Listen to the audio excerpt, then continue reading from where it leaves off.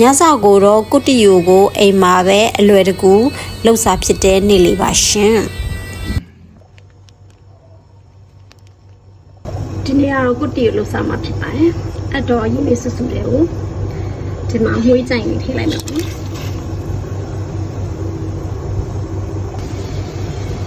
ကုတီယိုလှုပ်စားမှာတော့အမဲသားနဲ့ပေါ့နော်အမဲသားလေးကျတော့တေချာပြုတ်ပြက်တေချာစီးပြီးတော့ထည့်လိုက်မယ်ပေါ့နော်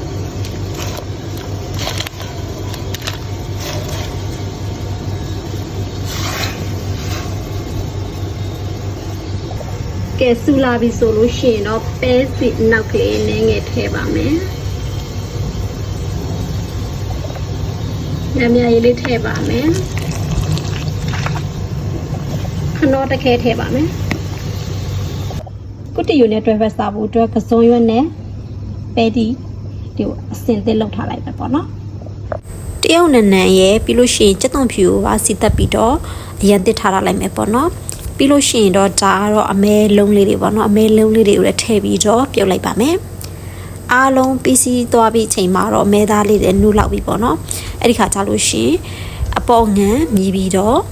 ချလို့ရပါပြီကဲဒါတော့